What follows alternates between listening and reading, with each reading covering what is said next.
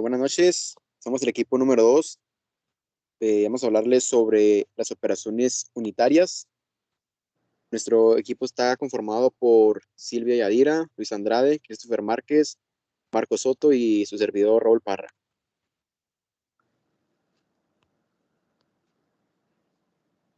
Bueno, la extracción, pues, es una técnica de separación de un compuesto a partir de una mezcla sólida o líquida, aprovechando las diferencias de solubilidad de los componentes de la mezcla en un disolvente adecuado. Constituye una de las técnicas más utilizadas en los laboratorios químicos y pues su objetivo principal será la extracción, separar selectivamente el producto de una reacción o bien eliminar las impurezas que lo acompañan en la mezcla de reacción. Existen varios tipos de extracción. El primero sería la extracción continua. ¿Me puede dar siguiente, por favor? Sería la primera, la extracción continua, que también se le conoce como extracción sólido-líquido. Consiste en la separación de uno o más componentes de una mezcla mediante un disolvente líquido. Un ejemplo de la vida cotidiana sería la preparación del café. En este proceso, la sustancia aromática del café, que será el soluto, se extrae con el agua, que será el disolvente. Después se obtiene el café en líquido y en el filtro de la cafetera se quedaría el café molido, como se puede ver en la imagen. El siguiente tipo de extracción sería la extracción discontinua. Da lo siguiente, por favor. A esta se le conoce también como extracción líquido-líquido y es un método muy útil para separar componentes de una mezcla. El éxito de este método depende de la diferencia de solubilidad del compuesto a extraer en dos disolventes diferentes. Cuando se agita un compuesto con dos disolventes inmiscibles, el compuesto se distribuye entre los dos disolventes. Las dos fases líquidas de la extracción serían la acuosa y orgánica. En este tipo de extracción, el componente se encuentra disuelto en un disolvente que generalmente es agua, y para poder separarlo usamos uno que puede ser un solvente orgánico entre ellos. Luego se mezclan ambas sustancias en un embudo de separación y se deja reposar por un tiempo para que después se puedan eh, juntar las dos fases y ya pues se pueden dividir. De esta forma, pues, el compuesto se distribuye en capas o fases acorde a sus solubilidades relativas. Como características tenemos que las dos disolventes tienen que ser inmiscibles, es decir, que tenemos que poder diferenciarlos, ya que si las dos disolventes se mezclan entre ellos, no se va a llevar a cabo nada. Bueno, pasamos al ejemplo.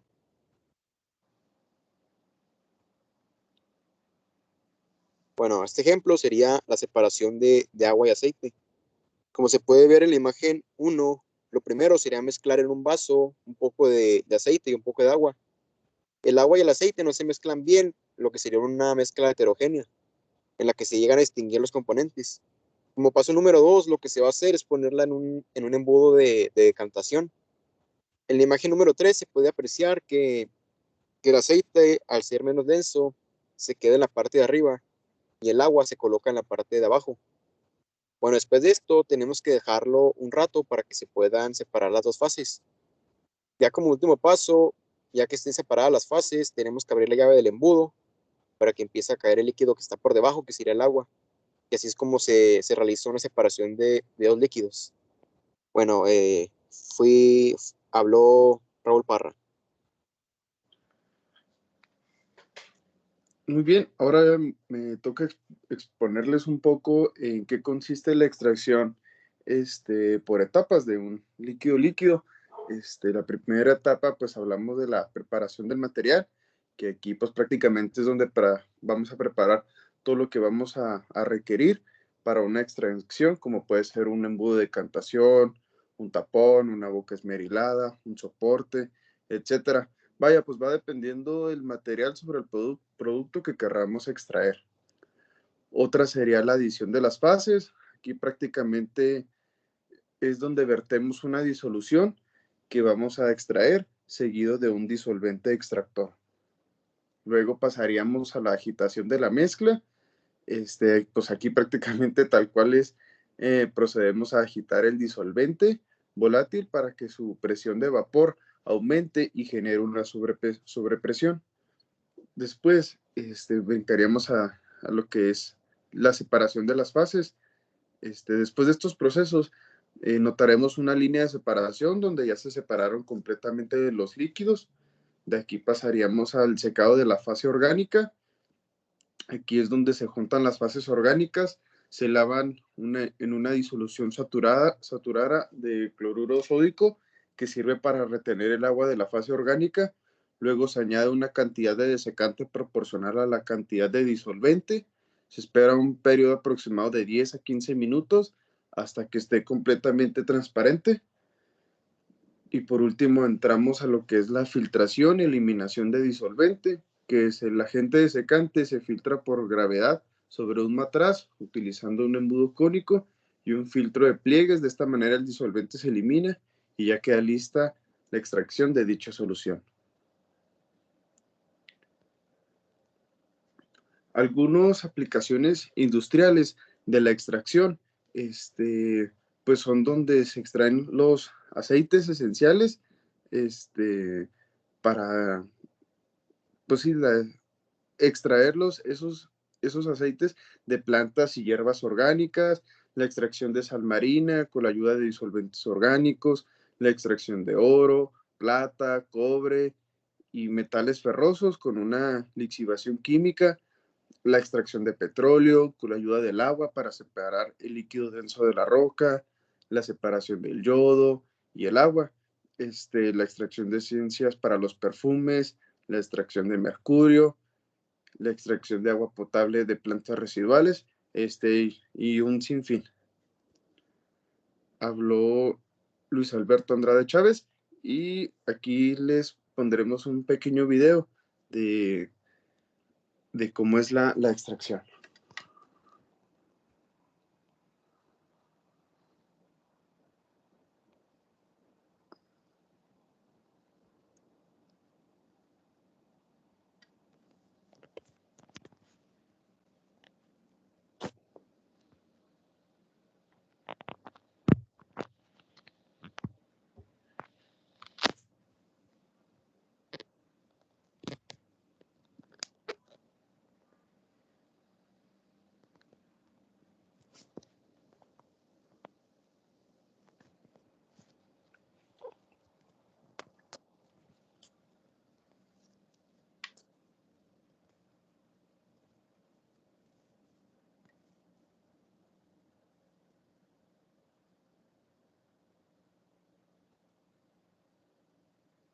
La extracción es una técnica de separación de los componentes de una mezcla mediante un disolvente. Existen diferentes tipos de extracciones, como por ejemplo líquido-líquido o sólido-líquido. La extracción líquido-líquido es un método de separación de los componentes líquidos presentes en una mezcla mediante la adición de un disolvente. Para obtener una buena separación, hace falta que este disolvente disuelva muy bien uno o más componentes de la mezcla y que sea inmiscible con los demás, de forma que se formen dos fases. Para la extracción líquido-líquido se utiliza un embudo de decantación, un aro y un soporte. Los líquidos se separan por densidades, de forma que en primer lugar se extrae por la llave el que queda en la parte inferior y luego se recoge el que ha quedado en la parte superior. En primer lugar, hace falta colocar el embudo de decantación en el aro. Una vez se ha comprobado que la llave está cerrada, por la parte superior del embudo de decantación se introduce la mezcla que se debe separar y el disolvente escogido. Se cierra el embudo de decantación, se saca del aro y se agita la mezcla, primero cuidadosamente y luego enérgicamente, para lograr el máximo contacto posible entre las dos fases. El embudo de decantación se debe agitar invertido y con las dos manos. De vez en cuando, manteniendo el embudo invertido, se debe abrir la llave, ya que se podría generar una acumulación de vapores que aumentaría la presión y se produciría un estallido que comportaría la apertura repentina del tapón y que los líquidos salieran proyectados.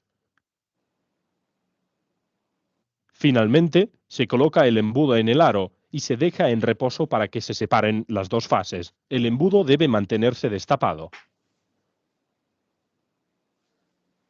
Se abre la llave del embudo de decantación y se deja caer lentamente la capa inferior, más densa, que se recoge en un matraz Erlenmeyer. Cuando se realiza esta operación, la parte superior del embudo de decantación debe estar abierta.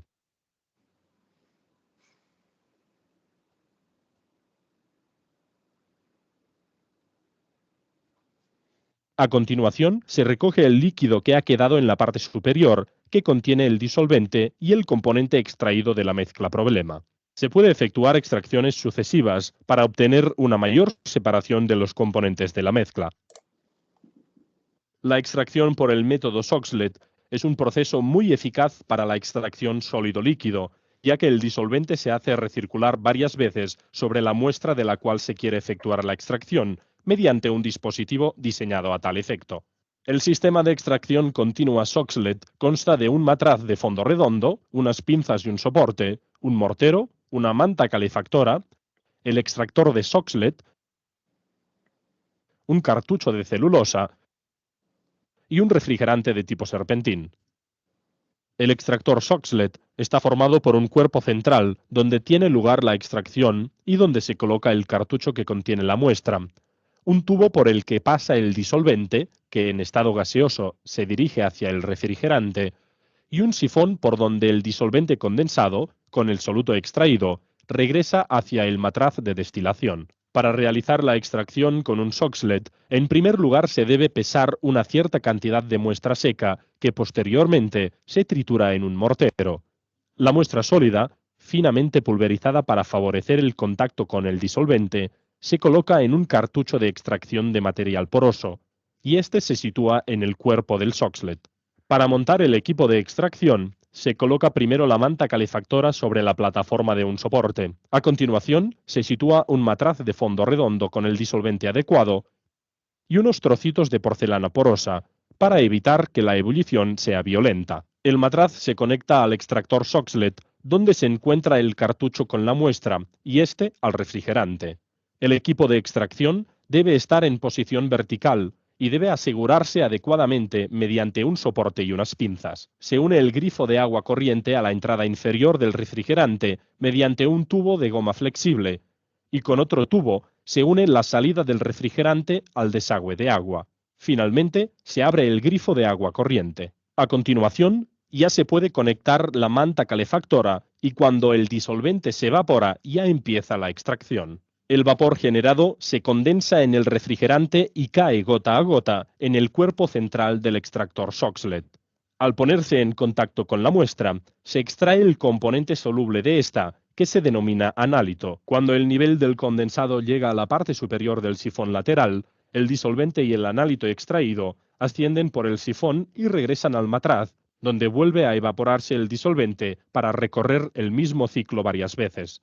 El análito extraído se va acumulando en el matraz. El tiempo de extracción puede variar en función del tipo de muestra que se analiza.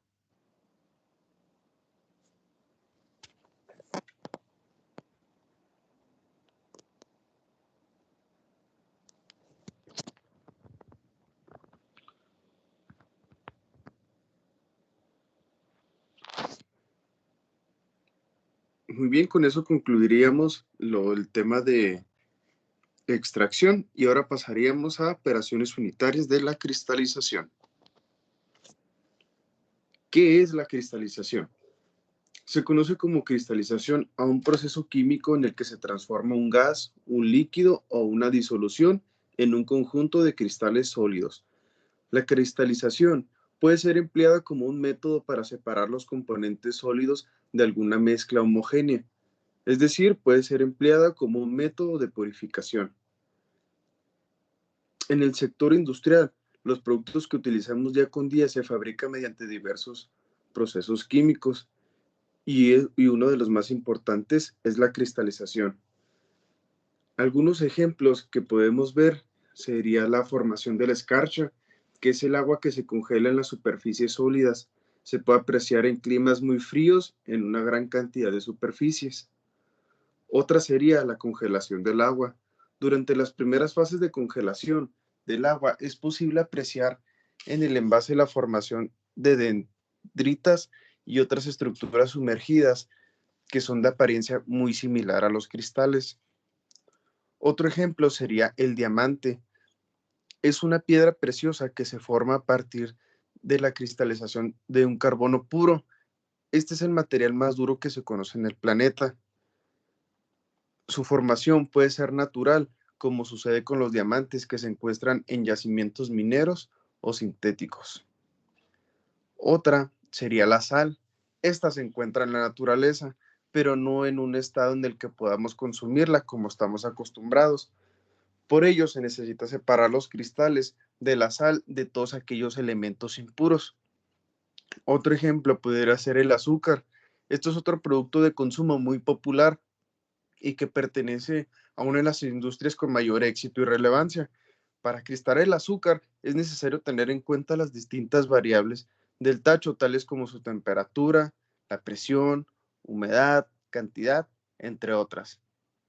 Expuso Luis Andrade. A continuación les voy a hablar acerca de algunas de las ventajas de la cristalización. Mi nombre es Marco Soto. Como ya mencionaba mi compañero, es un método muy empleado en nuestros días y una de las ventajas es que podemos obtener un producto bastante puro, hasta un 99% en una sola etapa. Otra es que la cristalización se puede manipular de tal forma o controlar de tal forma que se produzcan cristales uniformes que faciliten tanto su manejo, su empaque y su almacenamiento. Como pues ustedes ya están también, como ustedes ya saben, la cristalización también mejora ampliamente la apariencia de un producto para su comercialización o que sea más fácil de vender. Y es una operación que puede llevarse a cabo a temperaturas relativamente moderadas. O sea, no necesitamos invertir tanto calor o tanto frío para que esto pueda llevarse a cabo. ¿Puedes darle a la siguiente, por favor, Beto? Gracias. Alguna de las desventajas es que solamente podemos purificar un componente a la vez. Y para retirar el soluto son necesarias varias etapas para poder quitarlo tanto del, por ejemplo, cuando lo hacemos en agua, tenemos que hacerlo en varias etapas para poder sacar la mayor parte de material posible. También la operación implica el manejo de sólidos con los inconvenientes tecnológicos que esto conlleva. En la práctica se supone una, bueno, supone una consecuencia de procesos sólidos que incluye equipos de cristalización junto con otros de separación de sólido a líquido y de secado. Si gustas darle la siguiente oración. Bueno, yo les voy a explicar los métodos de la cristalización. En este ejemplo podemos observar la cristalización por disolución. Nos dice que para realizar una cristalización por disolución se prepara una disolución sobresaturada del compuesto que vamos a purificar. Y basándonos en el hecho de que los sólidos son más solubles en caliente que en el frío, vamos añadiendo el soluto al disolvente en agua caliente hasta que hasta que dicha solución alcance la saturación. En la foto podemos observar en la figura A la disolución y en el B cómo es la cristalización.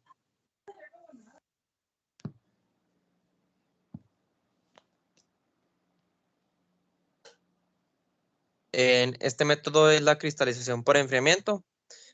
Nos dice que la rapidez de un proceso filtrado en caliente resulta bastante vital, ya que dado que el producto comienza a cristalizar tan pronto como se inicia el proceso del enfriamiento.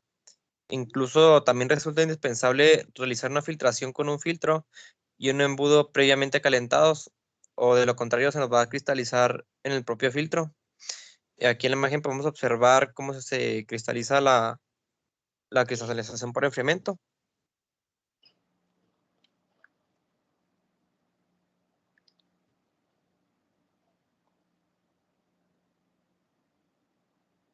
Bueno, yo soy Yadira Vega y voy a hablarles sobre la cristalización por efecto del disolvente.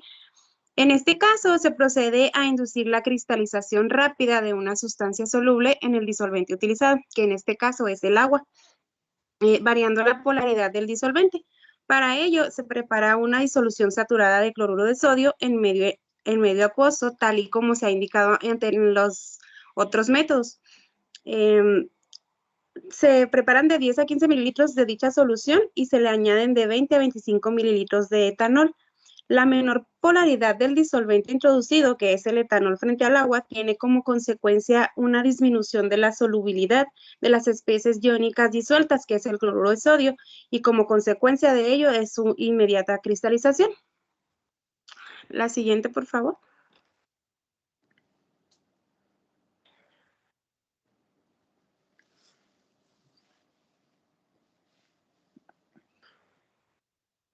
La siguiente es la cristalización por difusión líquido-vapor. La cristalización por difusión líquido-vapor es realmente una variante aún más ralentizada de la cristalización por difusión de líquido-líquido, o sea, es más lenta que la que es de líquido-líquido. En este caso, ambas disoluciones se encuentran físicamente separadas y para ello se utiliza un sistema formado por dos tubos, como se muestra en el ejemplo, y es uno pequeño que es introducido de otro más grande. El pequeño se carga hasta la mitad o un tercio de altura con la disolución saturada de cloruro de sodio en un medio acuoso preparada y filtrada tal y como se ha indicado anteriormente, incluida la microfiltración. En este tubo pequeño que se ve en la imagen, se introduce en el interior del grande. Este puede quedar flotando, no necesariamente baja hasta el fondo, sino que queda así flotando. Este está lleno de disolvente precipitante, en este caso, que es el etanol, y cuidando que no se mezclen ambos disolventes, se cierra el sistema que queda completamente aislado al exterior. Al igual que en los casos anteriores, se produce la difusión de etanol a la atmósfera inferior del sistema en primer lugar y seguidamente desde esta a la fase acuosa. Se trata de un proceso en el que la difusión se produce de un modo más lento y que resulta muy útil para obtener cristales de calidad adecuada de productos que presentan una gran querencia a formar muchos cristales pequeños, cuando lo que se necesitan son pocos y pues más grandes. El proceso puede llevar hasta en ocasiones varios días o semanas, es dependiendo de los disolventes que utilicemos, y se le puede ayudar a difundir si se deja cerca de alguna fuente de calor moderado, para que el alcohol se evapore y se pueda difundir más deprisa con la disolución acuosa de sal, que es la que está más saturada.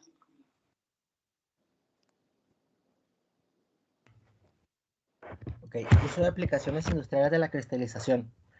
Como ya mencionaba un poquito mi compañero Beto, uno de las formas de la cristalización es el azúcar, donde el proceso de cristalización a partir del jarabe dulce que se obtiene y después se centrifuga para separar los cristales de la miel.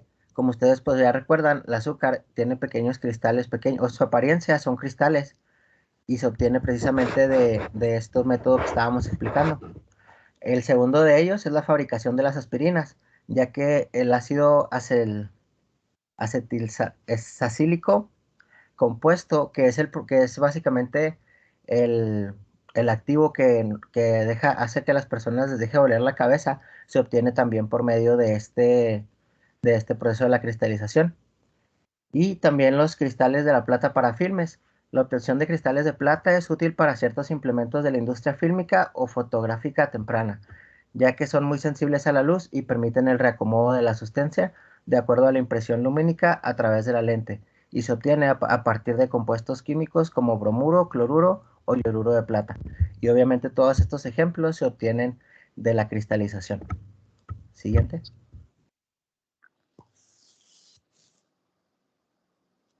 Y aquí también vamos a ponerles un pequeño video que ejemplifica un poco más lo que estamos explicando.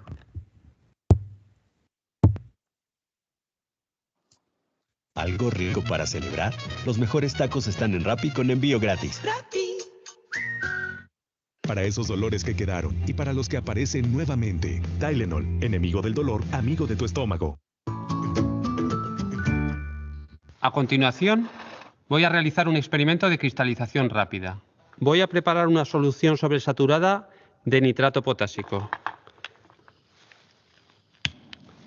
Para ello, vamos a calentar el agua para conseguir la máxima cantidad de soluto disuelto.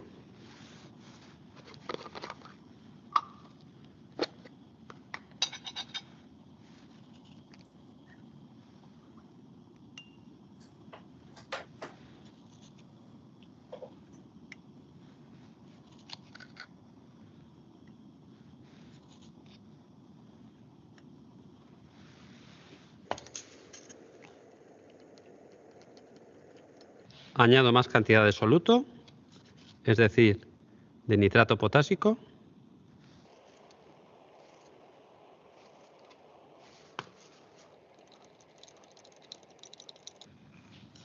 Parece que se ha disuelto todo, pues más soluto.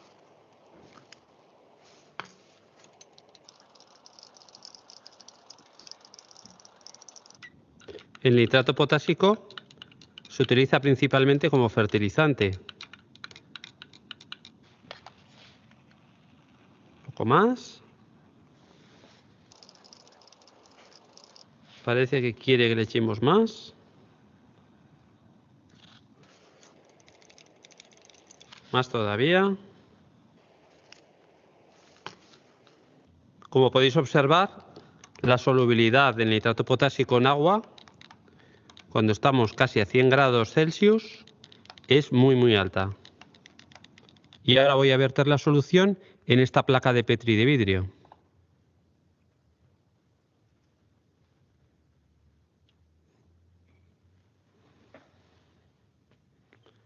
Se nos ha salido un poco. Observamos cómo la parte que se ha derramado ya se ha cristalizado prácticamente todo al bajar la temperatura, puesto que a una temperatura menor no es posible mantenerse tanto soluto disuelto, con lo cual se va cristalizando.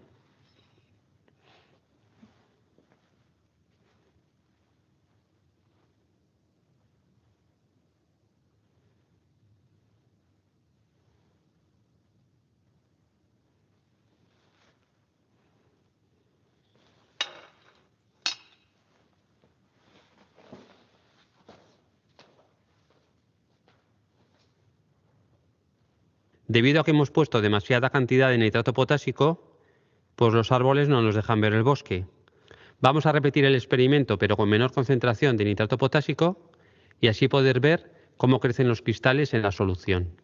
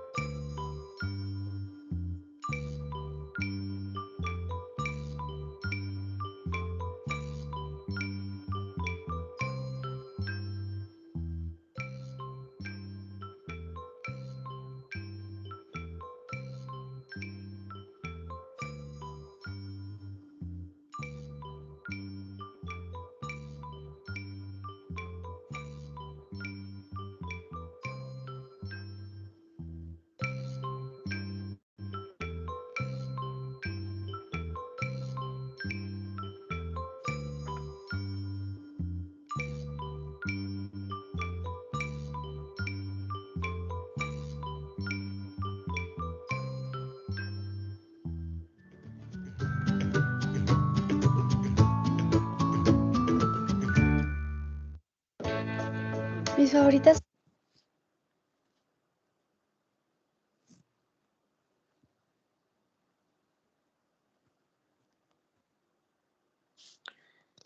Y eso sería todo por nuestra parte.